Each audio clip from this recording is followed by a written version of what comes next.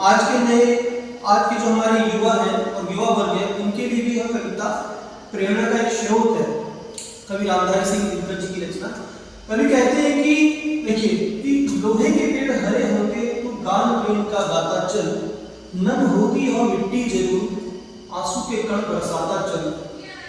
मैं इसको थोड़ा जायन पद्धति से भी गा के सुनाता हूँ कि लोहे के पेड़ हरे होंगे तू गान प्रेम का गाता चल, लोहे के पेड़ हरे होंगे तू गान प्रेम का गाता चल, नम होगी यह मिट्टी जरूर आंसू के कण बरसाता चल।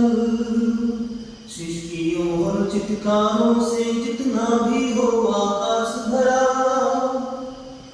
कंकालों के हो ढेर खप्परों से चाहे हो पटी धरा, आशा के स्वर का भार पवन को लेकिन लेना ही होगा, जीवित स्वप्नों के लिए मार्ग मुर्दों को देना ही होगा।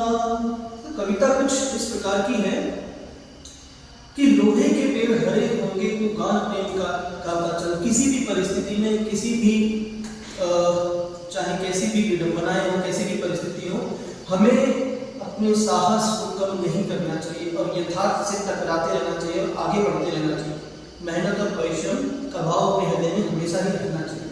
और ऐसा है स्थिति की जो कठोर भूमि है वह नम जरूर होगी, वो हमारे परिश्रम और हमारे रचनाओं से, हमारी जो भी धूप में या कठिन रातों में हमने जो जीवन जिया है, उस कठिनाई से जो हमने परिश्रम किया है और जो हमारे परिश्रम से जो हमारे रजकण जो पसीना के रूप में जो एक मोती निकलते हैं, उस मोती से कहीं ना कहीं हम अपने जीवन की सफलता को अर्जित जरूर करेंगे। आगे बोलते हैं कि सृष्टि और चित्कारों से जितना भी हो आकाश भरा, हाहाकार दुनिया में चाहे कैसी कैसी स्थितियां हो, कैसी कैसी परिस्थितियां हो, तो उन परिस्थितियों से व्यक्ति हमेशा ही आगे बढ़ता चला जाएगा अगर अपना विश्वास और अपने साहस को बनाए रखता है। और कंकालों के ढेर चाहे खतरों से पटी था, ये प्रतीकात्मक रूप भी है जीवन जगत का, यथार्थ का।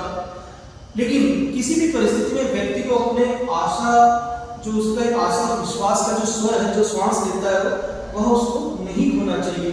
और जो पवन, एक मंद पवन का